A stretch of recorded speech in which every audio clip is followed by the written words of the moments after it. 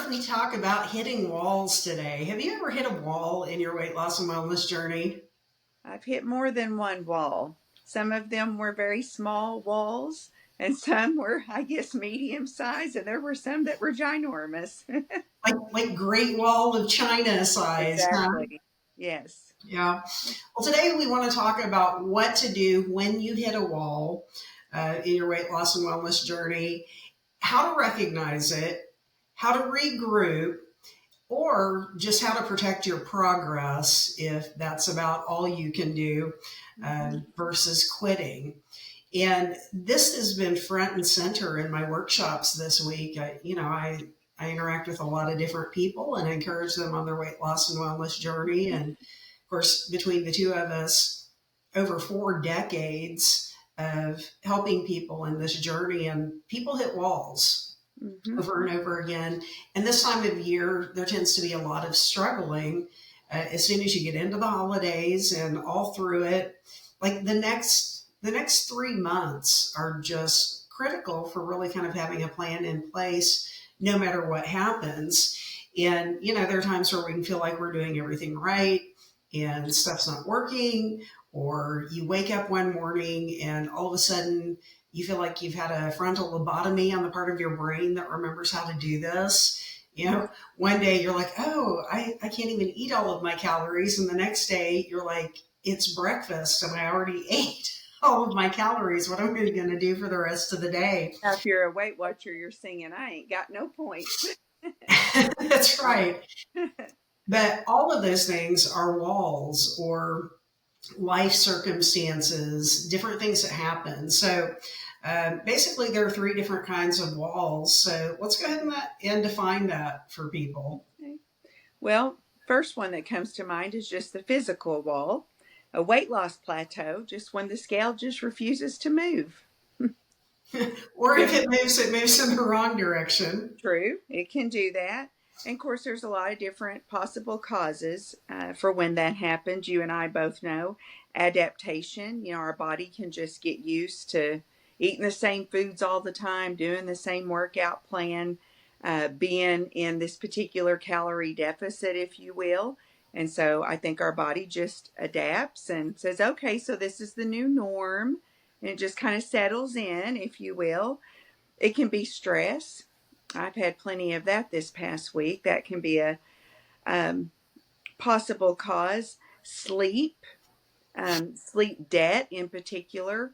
I've had that going on too because of some good things on that. But sometimes we're just not getting the rest we need and it's taking a toll on our body.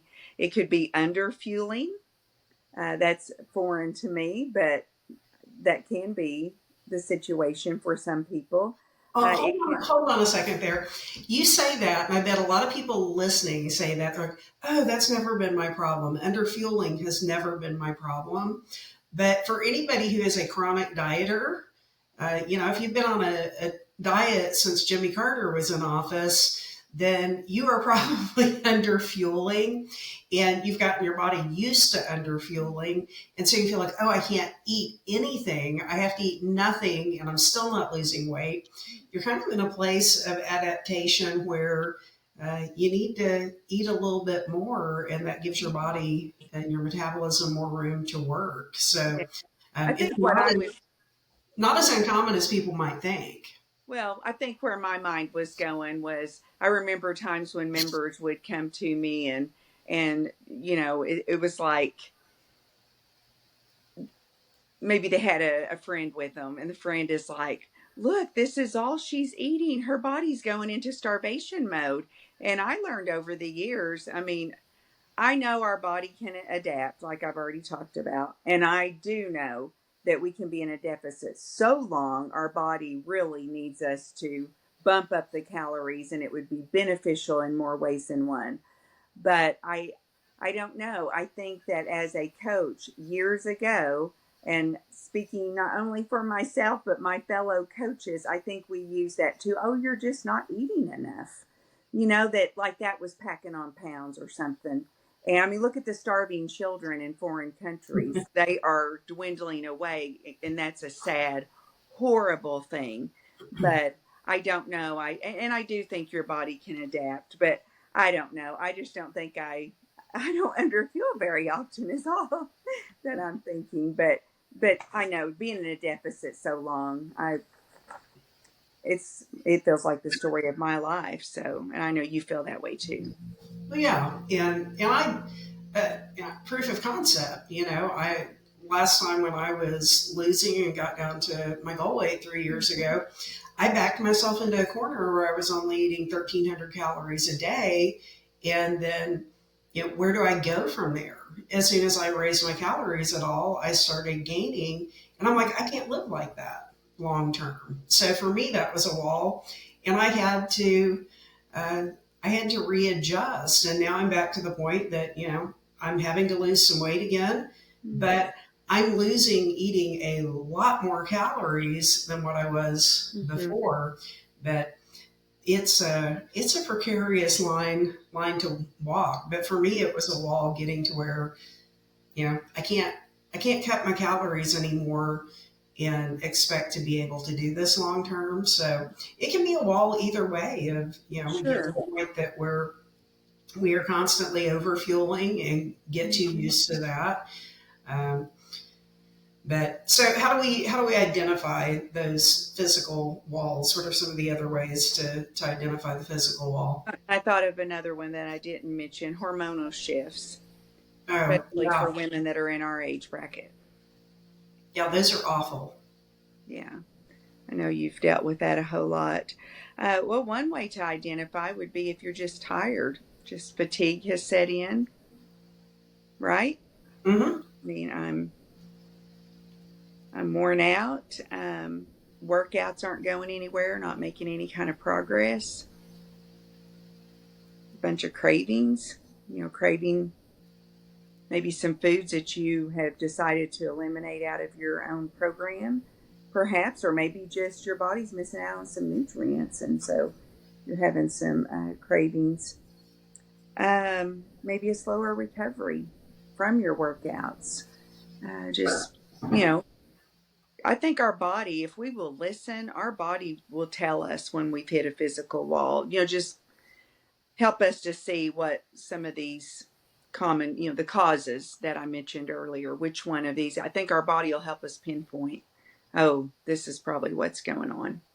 Yeah, yeah, if we pay attention. Yeah, And you then have to listen. there's the mental wall. Hmm. Um, that one is probably harder than the physical wall. And yeah, that's when I've heard this multiple times this morning from different members.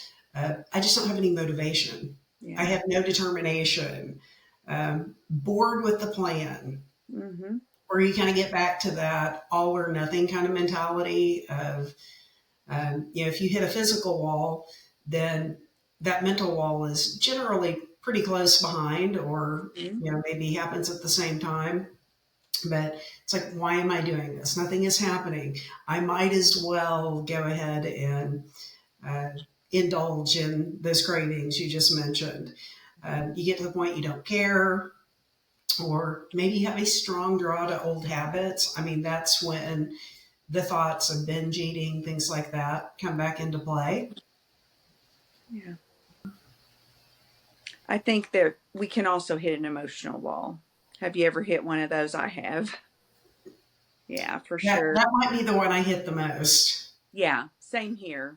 And I think the emotional wall can come from frustration. We've both been frustrated before when we're doing all the things, but the scale's not moving the right direction. If you're in Weight Watchers or another health and wellness group, if you do the comparison thing, which we do not recommend, but if you do that, it's easy to get frustrated because, you know, it just doesn't seem fair because other people are losing and maybe we're not. When progress slows, there's some grief involved. And so what happens is that we all have those. Well, I say we all do. I shouldn't say that. I know you and I have had some emotional eating patterns in our past, and those can resurface. When I have a stressful day at school, And you know, this has happened to me before. The kids are gone. It's like finally I can just breathe. And it's like, oh, I could sure use some sugar. I want something to make me feel good because this has been a rough day.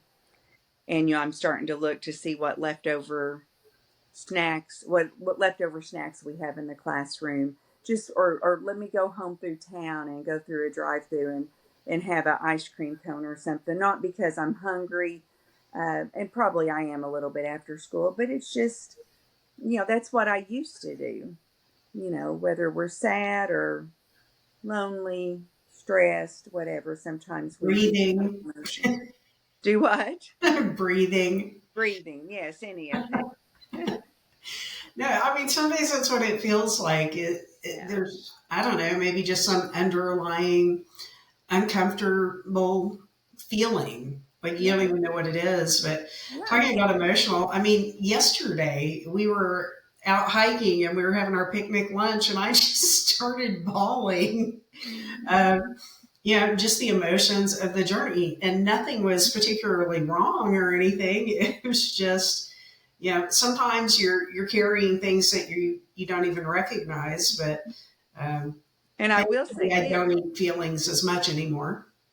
you vented, you shared with me, you had a good cry. I think it was a good cry. It hopefully helped, but you didn't, say, hey, what else do you have in your bag? Because I want more food, right? You didn't No, I say, didn't. let's leave this place and go into Bigsby and hit the ice cream parlor, and I doubt that you went through some drive-throughs to binge on the way home. I'm pretty sure you did not.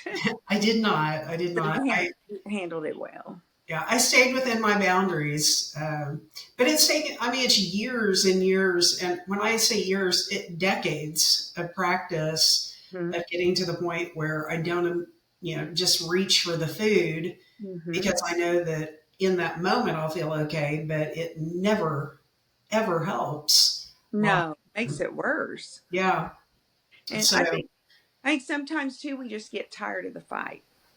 You know, definitely, just tired. It's getting especially old. when it's been a war that is just, I mean, that's one of the things I was telling you yesterday. It's been a lifelong war. 43 years of every day, that's my primary battle that I fight, which, you know, I should count my blessings. And if that's the worst thing I have to fight every day, then I'm doing great. But at the same time, I'm allowed to feel some kind of way about that. Mm-hmm. And it's hard sometimes. And I've seen lots and lots of people deal with that same struggle. And we just need to get better skills in place, have better plans, react faster when we see these things happening, so that we can keep from doing as much damage as maybe we did in the past. Yeah. So, and that moves us into, what are our regrouping strategies? You've heard the old saying, it doesn't matter how many times you fall, what matters is Mm-hmm. how many times you get back up and how quickly you Right. get back up. Yeah. But one thing that we can do is just kind of take a deep breath, reassess. Let's say that you go to your first holiday party, you have all of these great intentions laid out, and then you have four pieces of pie and two servings of lasagna, or whatever it is that's being served that you love. And it's like that first event of the holiday season can kind of set the tone. And if you don't handle it the way that you had hoped, there is a tendency for a lot of people to go, well, I blew it. I'll just deal with everything in January now. And we don't want to do that. We want to actually regroup, look at, okay, what did I actually do in this eating event?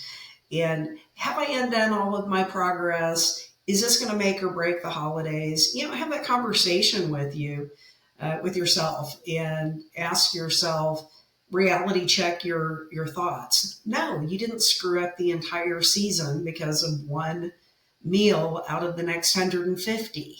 Mm-hmm. Um, there are plenty of more opportunities to make the choices that you want to make, and the very next one is the first one that you need to make a different decision so that Absolutely. you just move forward. This one really resonates with me, to reassess, don't restart, because I can't even tell you how many times in my life that I have done a restart. And I'm not saying those are always bad. I mean, I know sometimes members would come to me at Weight Watchers and say, can I, it's back when we did the paper membership books. They'd say, Uh, could I just start a new one? Is there a way to restart my weight in the app? I just feel like I need to have a fresh start. So for some people that works, but I did it so often. It was basically when I did go to the holiday party that you just described, I overdid. And so I'd say, you know what, I'm just going to start again on Monday. And sometimes, it would be, what new plan can I start that's going to work better for me, that I'm more likely to stick with? And so you can imagine what I did prior to the restart. yeah, the I same would, thing I would always do. Eat yeah, everything you possibly can that you haven't had. be like Katie bar the door. I am gonna eat, and I'm gonna eat big, and yeah. And so there's no telling how many pounds I've had to lose and re-lose and all that over the years because of restarting. Because I would always, it was almost like I would have this feeling rise up in me like, okay, I'm excited, I'm going to restart because this will be good, fresh start, I'll be motivated. But yet I'm like, ooh, we're going to party until then. Hmm. Oh, that's so not good. I have moved past that. Thank you, Jesus. All praise to him. But I Yeah. can totally relate to that. How about maybe, and you already talked about this, just adjusting, adjust ourselves, so to speak. Hmm. Don't abandon everything. We can maybe change our calories a little bit, up or down a little. I mean, maybe if it is during the holidays, maybe I need some more calories so that I can have a few extra things and still be within some good boundaries that I have for myself. I might need to adjust my workouts. There's a lot of things we can do that could even maybe jumpstart our metabolism again. And we all want that, right? Absolutely. Absolutely. We also, might want to just back off a little bit on our physical activity. The holidays can be stressful. We're out busy doing other things, we're moving in other ways, and we think, I've still got to, hit the gym X number of times a week. And we set goals for ourselves that are too high. Lower the bar so that we are, just kind of protecting our progress. Mm-hmm. Realistically, one or two weight training sessions per week, even, just one to protect the progress, to be a placeholder. Because if it's more of a stress than it is a help, if you're going to church and you're doing the potluck, you're doing the ladies' Christmas party, you're doing all of this stuff for school, you get home at 9 p.m. and you haven't worked out yet, Yeah. what's going to be the better option? Go to bed and get your rest, or get the workout? Almost always it's going to be to get the rest Yeah. because you've already been so active, and that regular movement counts. And we do want to protect the habits that we have, but not at all costs. Mm-hmm. Sometimes the rest has to be the thing that takes priority, where we kind of get into a protect mode that, I'm going to protect my progress. I'm going to rest a little bit in this and just focus on, what is going to get me through this time the Yeah. best And versus how much can I do. I took this whole week off from weight training, and I can't tell you when was the last time I did that, but it just worked out that way. I had a stressful week at school, and as you know, my husband got a health diagnosis that we weren't expecting, and so we're dealing with that, and it'll all be fine. I totally believe that, but um, still, there were some things that came up that and just going from school straight to like Thursday, we went and sang in Okmulgee, and So just having a lot of things on the schedule too. But I found myself not working out, and Dale and I talked about it, and he said, "You really should just take this week off and rest." And it was hard because you start feeling guilty, and I'm sure it was Satan saying, "Ooh, you slug, you're the queen of consistency lately. Remember, that's you. You better get in there and stay consistent." But I gave myself grace, and I'll be ready to get back in there next week, and I'll be excited about it. I do believe, but sometimes we just rest. Mm-hmm. No shame there, no No, guilt. no, and that's one of the ways we take care of ourselves physically. And then there are times we need to mentally just kind of regroup, zoom out. And, if you find yourself going, why am I doing this? Answer that question. Anchor back to your why. Hmm. Why are you doing this? Why are you consistent in the gym? Why are you weighing, tracking, and measuring your food? Why are you putting any kind of boundaries on things? What is it that is motivating you to keep going? And so, you do that mental reset for, well, I want to finish strong. Hmm. I want to have longevity and health as I age. I don't want to have to get put in some sort of facility. I don't want people to have to help me go to the bathroom or whatever. I mean, your why changes as you get older, for sure. Sure does. But we do still want to be pretty and we want to look fit. And, but, we want to be able to hike. We want to be able to go the distance. Um, I like to be able to be strong.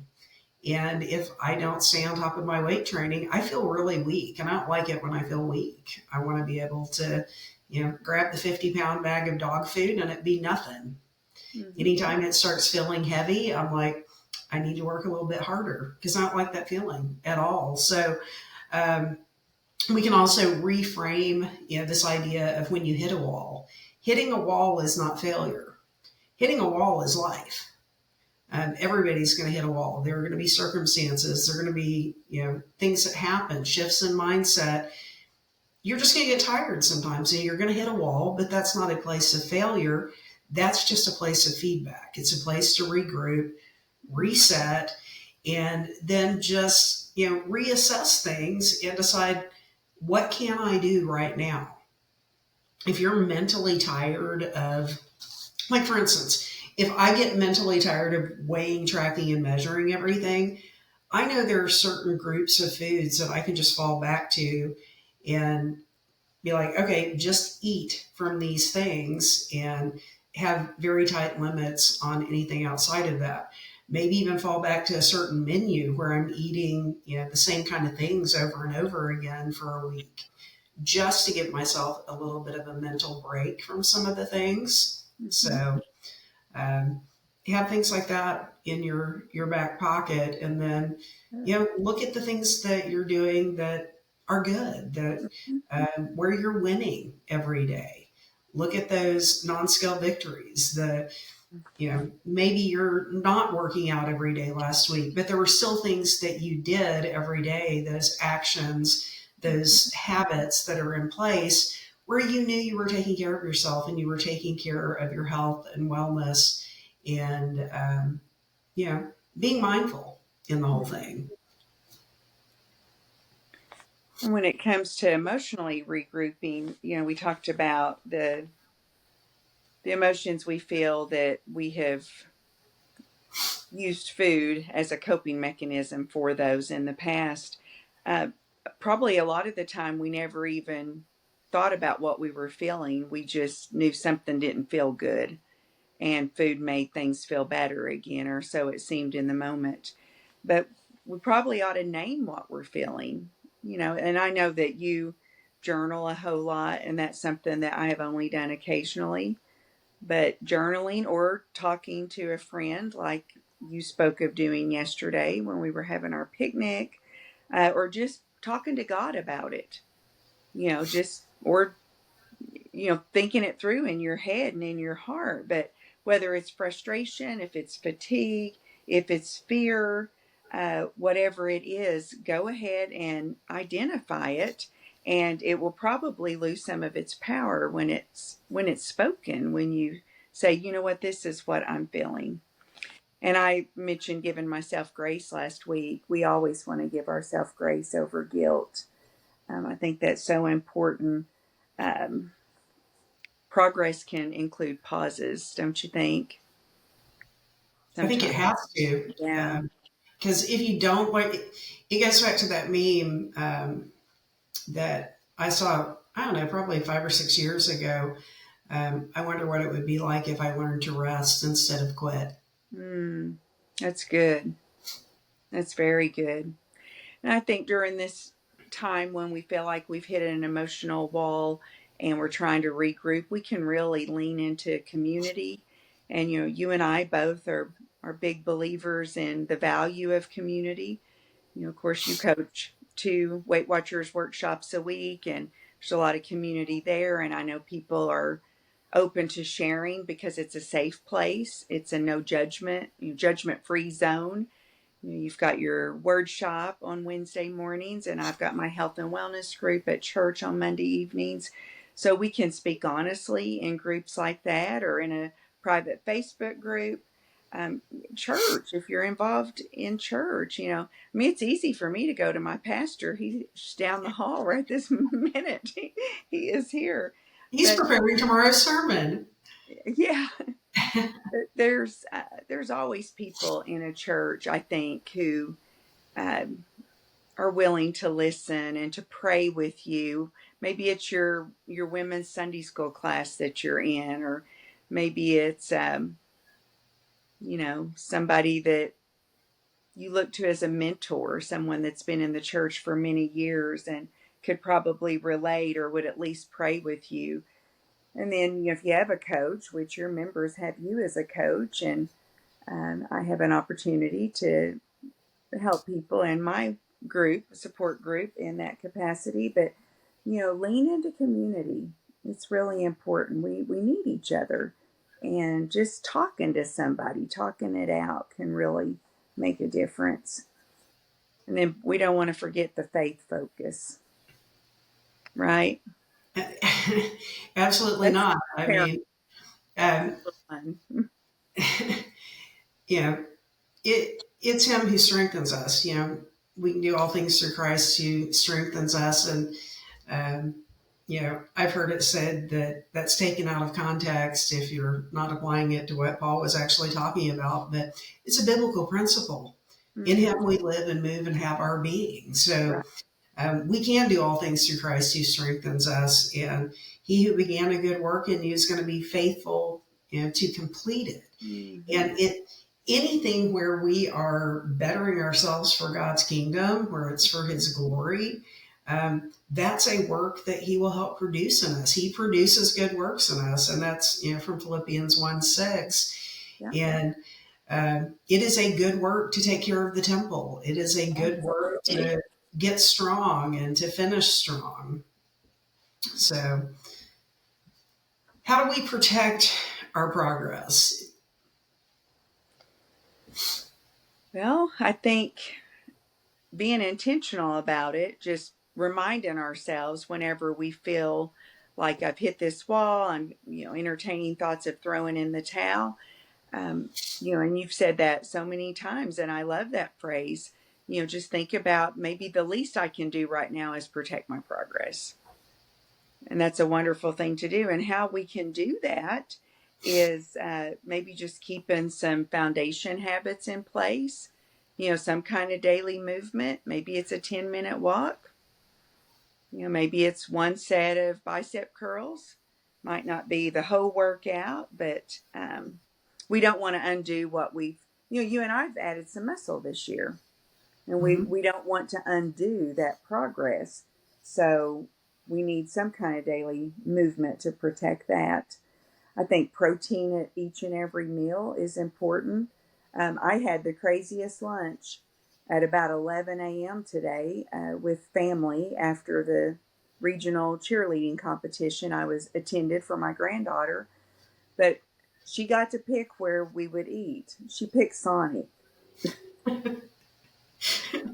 I We mean, laugh. Sonic is like, there's a joke with Weight Watchers points. We're not sure what Sonic does. They just somehow import extra points to put in everything.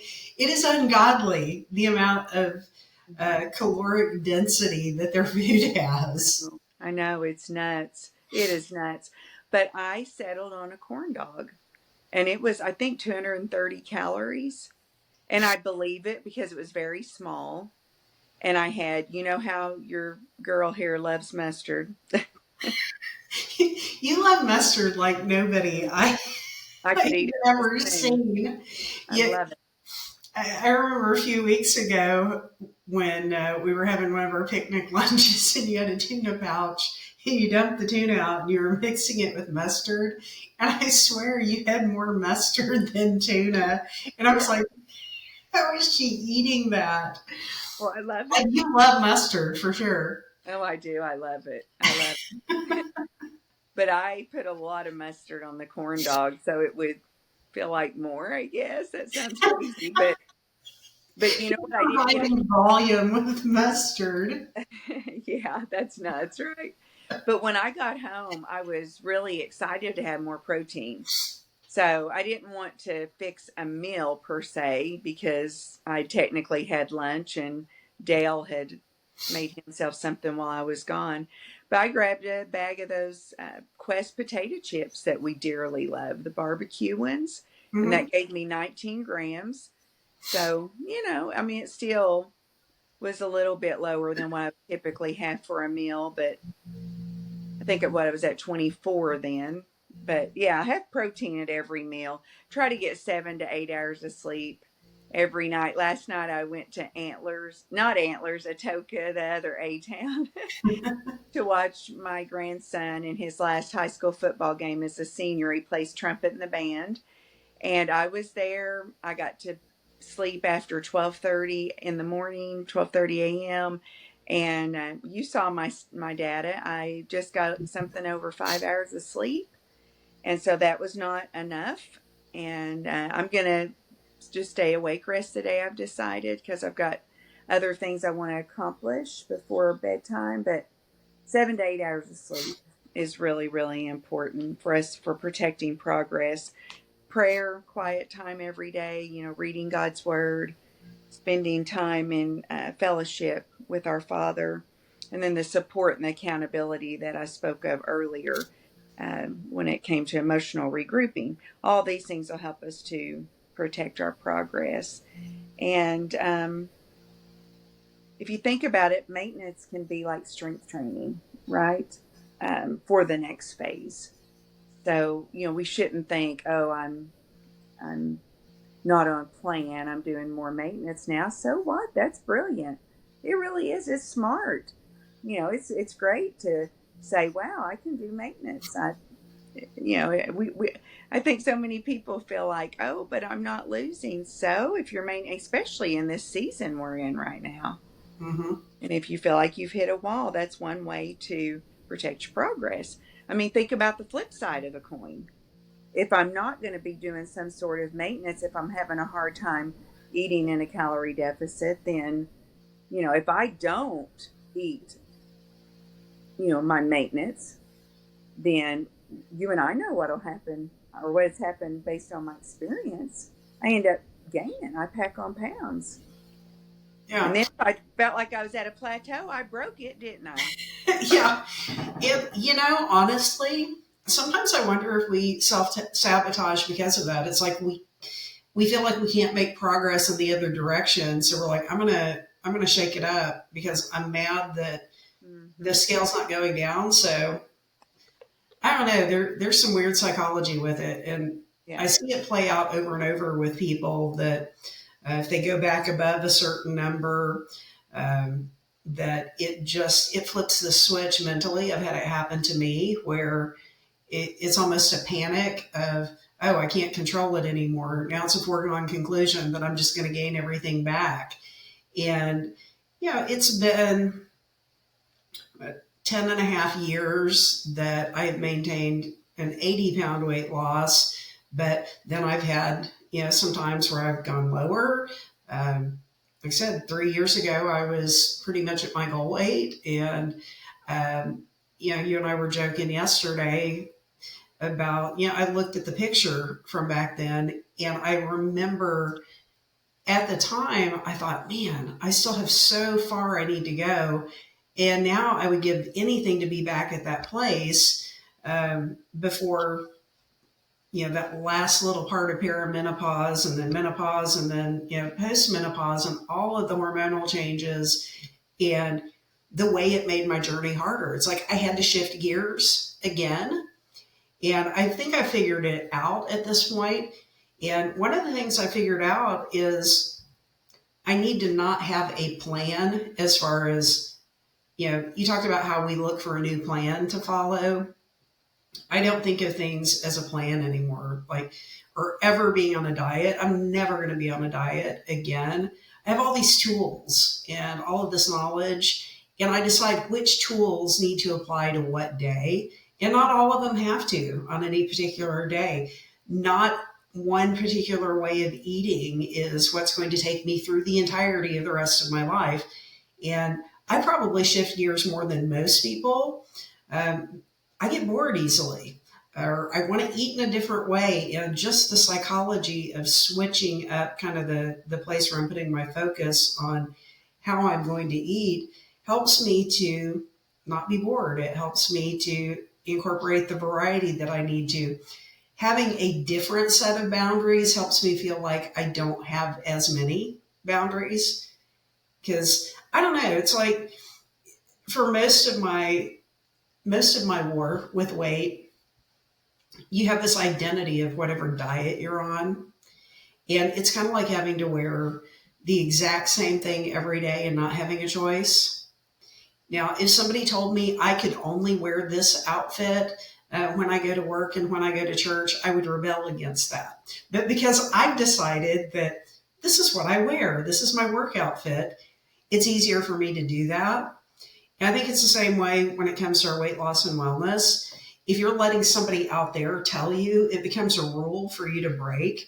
But when you finally kind of break out of that and are like, all right, I'm going to figure out what works for me. I'm going to pull this tool from here. I'm going to pull this tool from there. And I'm going to put this set of habits together. I'm going to practice them until they feel comfortable and right. And then I'm not going on plan or off plan because there's not a plan. There's just my life. Mm-hmm. And I'm just living my life, right? And there's nothing to go on or off. There's no tracks. There's no wagon. There's none of that stuff. And for me, I've had to kind of move past that because it seems like I will rebel against just about anything. Like at some point, there's that wall and overcoming that. But I've had to look back. I mean, that might have been part of why I busted out crying yesterday. Just looking at all of those years of the different things that I've tried and feel like I failed at, or I tried and I did really well at until I didn't. And it's like, why did it stop working? And it didn't stop working. It just stopped being the right fit for me in that moment. And so for me, that's part of what I've really been working on is how do I shift gears? And my pause sometimes is just shifting what I'm doing a little bit, but never going, I'm not doing anything. And in 11 and a half years, I think the most days that I've given myself any, you can just eat however you want. There was one time I went 4 days. But my rule that I put into place, I can have 2 days in a row. That if I'm like, I need to not have boundaries, I can have 2 days in a row to just mentally, physically, emotionally be like, whatever. And they're not binge days. It's just, I'm going to rest. And then I go right back to what I know feels comfortable, those boundaries that work for me at the moment. Like I said, they change sometimes. But if we can figure that out and know, okay, what do I need to keep to stay sane, to protect my progress, to not go all the way back, that allows me to pause, breathe, and get that clarity that I need to just keep moving forward, to keep trying to figure it out. I remember years ago, when Weight Watchers had message boards. Hmm. It was different from Connect. Yeah, it was on PC. Yeah, Yeah, just a real classic message board. I Hmm. remember. I think a member had asked the other members, "Do you still count points on your birthday?" And this gal commented. She said that there were 3 days out of the year that she gave herself a rest from counting points, and one was her birthday, one was Thanksgiving, and one was Christmas, and all the other days she counted. So, might not have a holiday attached to it if you just feel the need, especially if somebody's hit a wall and says, you know what, I just need to take a rest from this. Might just be an ordinary day, but they can be helpful. I think the key will be to be able to get back and be able to stay within your boundaries the next day. I think it's easier for some people and harder for others. Yeah, and I think it takes practice because I used to be one of those people that if I gave myself an inch, I didn't just take a mile; I would take 5 or 6. Yeah. And I have had to practice having a decent relationship with food. Hmm. That I don't want to be in a place where I'm always afraid because I went through that too, where, oh, I'm just never going to have that ever again. Right. And that was my solution to avoid it. And, I've heard the analogy and I've used it myself before. Food is my addiction and, sugar especially, but I don't have to interact with that. And I'm like an addict. And I've decided that I reject that framing of it because to equate something delicious like, a piece of fudge, I like fudge, to equate that to, heroin is like, it's weird because God, I don't think he intended anybody to enjoy heroin, right? Yeah. That food was put there for our enjoyment. I don't think it's a problem to, from time to time, enjoy some fudge, right? No, it doesn't. Uh, some of us develop a relationship with food where it can become problematic, but I want to move past that. I don't want to be afraid of a piece of fudge thinking, okay, that fudge is going to have control over me. So I've kind of moved to the point of I've got to figure out how to have a good relationship with this. And there are things that I wouldn't touch now, not because I'm depriving myself, but because I genuinely don't like them anymore and don't like how they make me feel. 25 years ago, I ate Whoppers all the time and, would eat at Burger King. Now you probably couldn't pay me to eat at Burger King because I wouldn't feel satisfied. I would feel gross afterward. And it would trigger me to continue eating because I'd be trying to nourish my body. Now I understand that if I nourish my body with nutrient dense foods, then it's easier to interact with the things that I really enjoy. And I'm not sure I ever really enjoyed a Whopper. It was just quick, it was easy, and it was the lifestyle that I cultivated. And now I've cultivated something very, very different and can deal with foods differently. There's still a couple I'm a little bit afraid of, but I'm going to keep working on it. I managed to eat one donut a couple weeks ago. That's a big deal because traditionally donuts were something I chose to binge on. Same thing with pizza. I would focus on those favorite foods and then they held so much power over me that I'm like, I can't have it. Mm-hmm. So um, maybe I have a little bit more crazy than most people, but I don't know. I'm learning to battle that and I'm learning to outsmart my own crazy so that I can actually enjoy food in a way where I don't feel guilty, but I'm also not having to be deprived.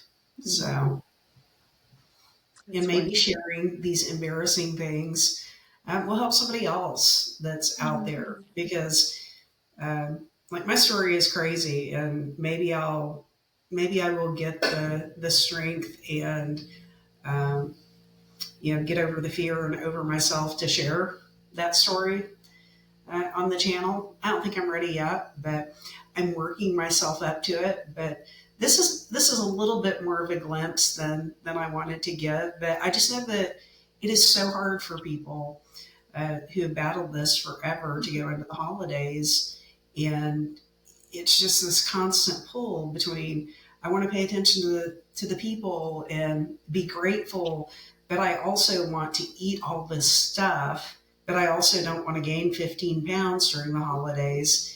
And that's a very real concern for a lot of people. And even for you, up until last year, you typically gained through the holidays, but Yeah, last it was. year you were successful. Yeah. That's You just protected what. your progress. Hmm.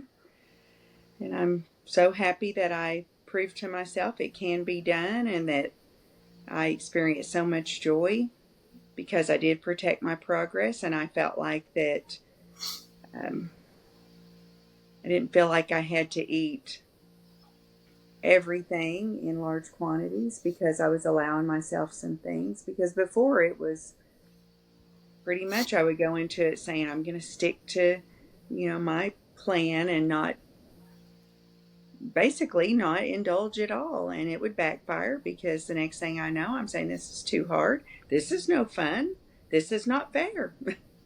And so then I would end up just diving in head first, make myself sick. And in the moment it maybe felt fun and, oh, this is the most wonderful time of the year, all these goodies. And then I would feel miserable, really physically sick. And I would feel, um, it would make me feel emotional and in not a good way, just very down on myself and mad at myself. And I would end up just starting the new year with extra pounds to lose and just frustration over why did I let that happen again? Because I repeated it year after year, even as a Weight Watchers coach. The holidays, I never had a handle on them until last year, and it can be done, and it was so wonderful. It Yeah. really, really was. I was thinking about a time when I hit a wall.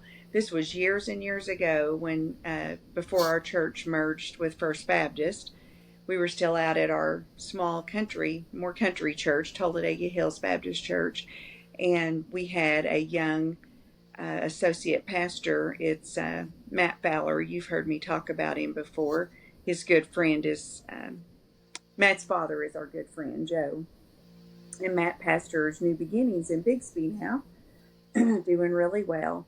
And I always he and I had gone on bike rides together and done some hiking together. And you know how you often wonder how you other people perceive you. How you look to them, what they think of you. And of course, we always want them to think the best, right? And I remember I had hit a wall, and I was just, and I wasn't in a good place with my health and wellness journey. And I just really felt like God wanted me to go to Matt. When I spoke earlier about the community part of it, and could be someone in your church that can help you, I went to him because I really felt like the Holy Spirit was leading me to say, you need to do like true confession with Matt here and tell him, Matt, I'm a glutton sometimes and I know it's a sin. Will you pray for me? And it was hard to do. I didn't want to tell him that. And he seemed really surprised when I did. But yet I could tell that it meant something to him that I chose to share with him. I could be his mother, young preacher. Here I am, just like here. I'm the pastor's wife, and I'm like, Matt, I have a problem with food. But he prayed for me, and then the next time I saw him, he said, "You see this rubber band on my arm, on my wrist?"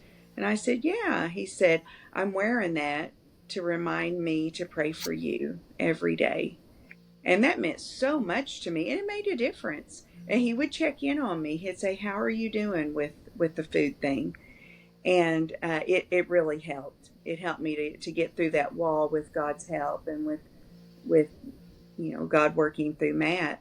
But it was hard. I felt like I was going to the priest and saying, "Father, I have sinned." But I don't know. It was just the fact that he was so much younger, and I wanted him to think highly of me and to say I'm a glutton, I'm a sinner, I eat too much. It was hard, but it changed. It changed everything for me at that point. Hmm. So whatever it takes, help us, Lord, to be willing to do it. Yeah. I've got a couple of people I'm going to be doing, high touch coaching this week because Oh, I good. need some help with some reset. So, Wonderful. I I mean, I'm sorry for them, but I'm glad they have you. yeah, so already had strategy session with two people today, and Good. so it'll be a week where I'm checking in with them, where I am up in their business and asking tough questions. But Mhm. you know, we need that sometimes. I do that for each other. We have created communities on Facebook where people can support one another.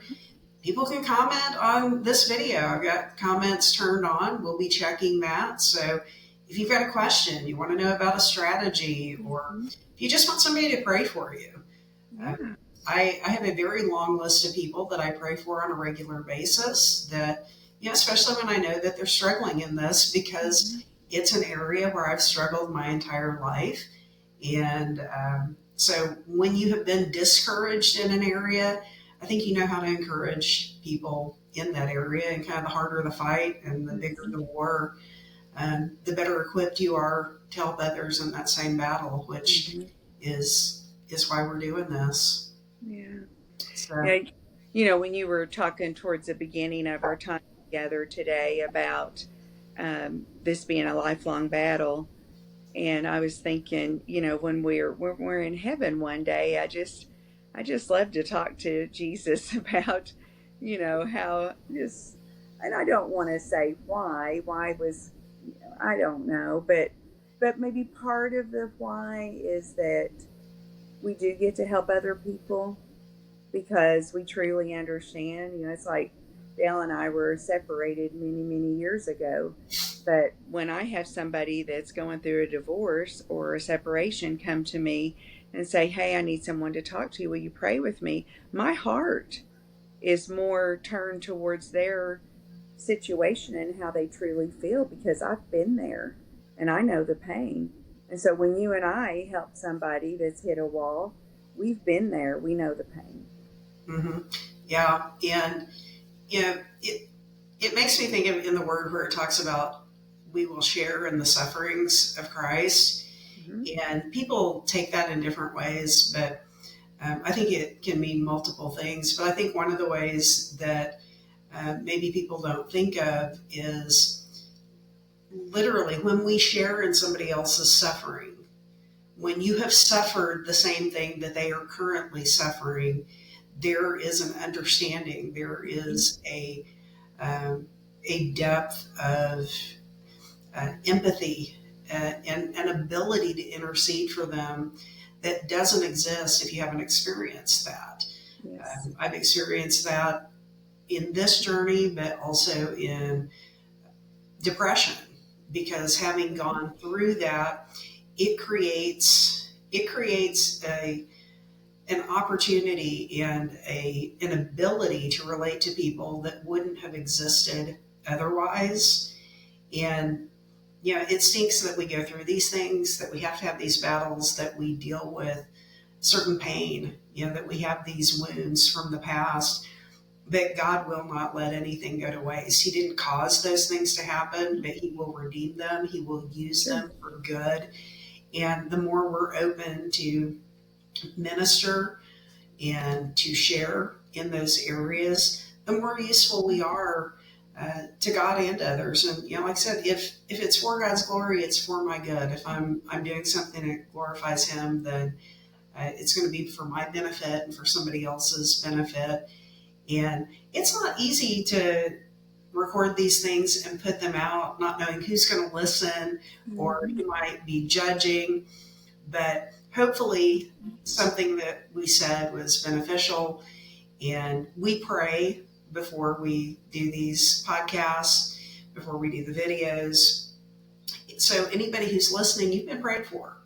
And we are praying for your journey. And if you've got a prayer request, we would love that. Drop prayer requests into the comments. We want to hear what people are going through. And we're not just saying we will pray for you, we actually will pray for you. So thanks for tuning in. We're going to keep bringing content every week through the holidays. So if you're finding it rough, just check in with the channel and subscribe, and hit the little bell if you want to be notified when we publish. But hopefully, every Saturday evening, I will get things edited and up, and that's the goal. We'll be here, God willing, and um, I will. I guess I'll keep exposing myself moving forward, and Bob, you will too, right? Yes, All right. So I don't know what we're going to talk about next week, but it'll be something good because there's always more. always.